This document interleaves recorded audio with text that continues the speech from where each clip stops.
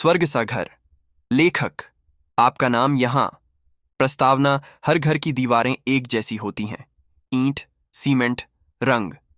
लेकिन हर घर घर तभी बनता है जब उसमें रहने वाले लोग उसे प्यार, अपनापन और समझदारी से भर दें।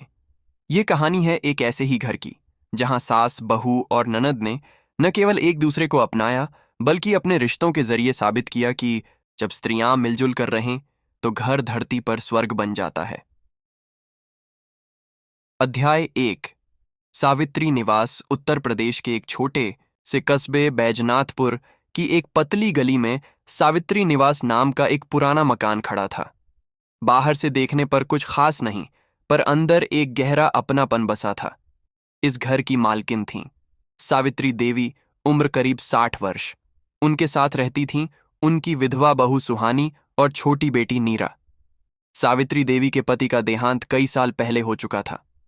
उनका बड़ा बेटा रमेश मुंबई में नौकरी करता था और छोटा बेटा कमल, जो गांव में ही था, एक सड़क दुर्घटना में चल बसा। कमल की पत्नी सुहानी अब इसी घर में उनकी जिम्मेदारी बन चुकी थी। नीरा पढ़ाई में होशियार थी और अब कॉलेज के बाद घर पर ही सिलाई व ट्यूशन का काम करती थी। सावित्री देवी ने दोनों लड़कियों को एक समान माना, एक बहू होकर भी बेटी से बढ़कर और एक बेटी होकर भी बहू सी जिम्मेदारी निभाती हुई। अध्याय 2। चुप्पी और समझदारी। कमल के जाने के बाद सुहानी जैसे एकदम चुप हो गई थी। उसका हंसना, सजना, यहां तक कि रोना भी बंद हो गया था। वो घर के काम करती, सावित्री के लिए दवा लाती, नीरा को ट्यूशन में मदद करती, लेकिन अंदर ही अंदर टूट चुकी थी। एक दिन नीरा चुपके से उसके पास बैठ गई और बोली, भाभी, मैं जानती हूं आप बहुत दर्द में हो, पर यह घर तभी चलेगा जब हम तीनों एक दूसरे का सहारा बने। माँ आपको सिर्फ बहू नहीं मानती, आप उनकी बेटी हो और मेरी भी। सुहानी की आंखों से आंसू निकल पड़े। उस दिन से उनका रिश्ता बदला। अब ननद भाभी नहीं, बहनें थीं वे। अध्याय 3। मां का डर।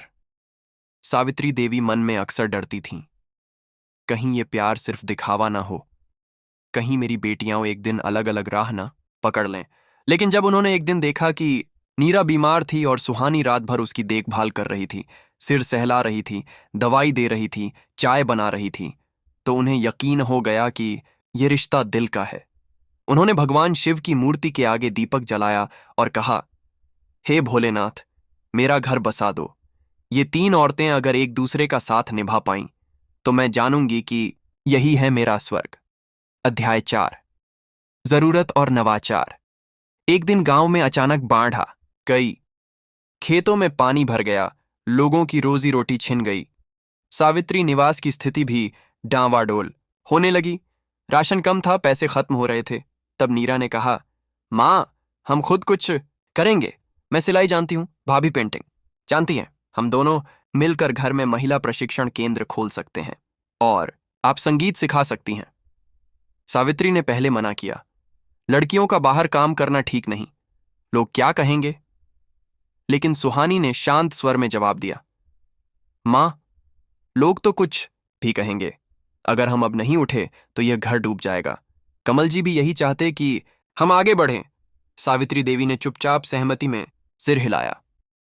अध्याय 5। बदलाव की शुरुआत। सावित्री निवास का आंगन अब काम से भर गया था। रोजाना 10-15 महिलाएं वहां आती, कोई सिलाई सीखती, कोई पेंटिंग और कोई भजन। नीरा ने एक छोटा सा पोस्टर बनवाया, गृहलक्ष्मी महिला केंद्र। धीरे धीरे गांव में चर्चा होने लगी। सावित्री के घर की लड़कियां कुछ अलग कर रही हैं। एक दिन जिला अधिकारी निरीक्षण के लिए आए। उन्होंने पूरे प्रशिक्षण केंद्र को देखा और कहा, आपका घर वास्तव में प्रेरणा है। आप महिलाओं को आत्मनिर्भर बना रही हैं। हम इसे सरकारी सहायता से जोड़ना चाहेंगे। उस दिन सावित्री देवी की आंखों में गर्व था। उनके घर की नींव अब 3 महिलाओं के हौसले पर टिकी थी। अध्याय 6। रिश्तों की मिठास। कभी कभी नीरा और सुहानी में भी हल्की नोक झोंक हो जाती। एक दिन दोनों ने एक कार्यक्रम की तारीख बदलने पर बहस कर ली। सावित्री देवी ने मुस्कुराकर कहा, जहां प्यार होता है वहां थोड़ी बहस भी जरूरी होती है। वो घर ही क्या, जहां रिश्ते निर्जीव हो जाएं। उस शाम नीरा ने सुहानी को गुलाब जामुन खिलाते हुए कहा, भाभी, माफ करना, आपकी बात सही थी। सुहानी ने हंसते हुए जवाब दिया, और तुमने बनाए इतने मीठे गुलाब जामुन, बस वही माफ करवा गए। अध्याय 7।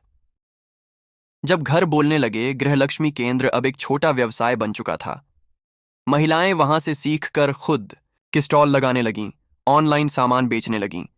नीरा ने यूट्यूब चैनल भी शुरू किया, घर की रसोई से शक्ति तक। गांव के बच्चे अब संगीत सीखने सावित्री देवी के पास आने लगे। सुहानी ने विधवा महिलाओं के लिए समूह बनाया, उन्हें आर्ट एंड क्राफ्ट सिखाया। सावित्री निवास अब सजीव था। दरवाजे से लेकर आंगन तक हर दीवार जैसे कह रही थी, यहां सिर्फ 3 स्त्रियां नहीं रहती, यहां देवी स्वरूप बसते हैं। अध्याय 8। सबसे बड़ा पुरस्कार। एक दिन राज्य सरकार की ओर से सशक्त महिला गृह पुरस्कार की घोषणा हुई। कई घरों ने आवेदन किया, लेकिन सबसे ऊपर आया सावित्री निवास। सभी को मंच पर बुलाया गया। सावित्री देवी, नीरा और सुहानी। मुख्यमंत्री ने स्वयं कहा, इन 3 स्त्रियों ने दिखा दिया कि अगर परिवार की औरतें एक दूसरे को नीचा दिखाने स्वर्ग घर में होता है। सावित्री निवास आज भी बैजनाथपुर में है। वहां अब एक बोर्ड लगा है। यह घर एक उदाहरण है, मां, बहू और बेटी का, जो रिश्तों से बना है, दीवारों से नहीं।